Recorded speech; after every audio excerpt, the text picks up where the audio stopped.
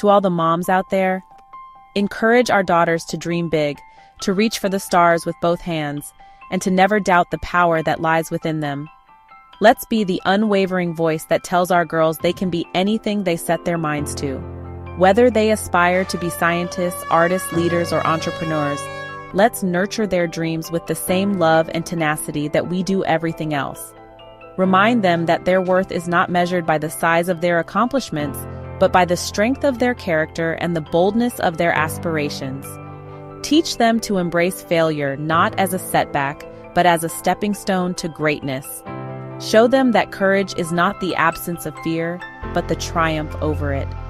As mothers, we have the unique privilege and responsibility to shape the future, one daughter at a time. Let's instill in them the belief that their voices matter, their ideas are valuable, and their potential is limitless. Let's encourage them to stand tall, speak up, and forge their own paths with confidence and grace.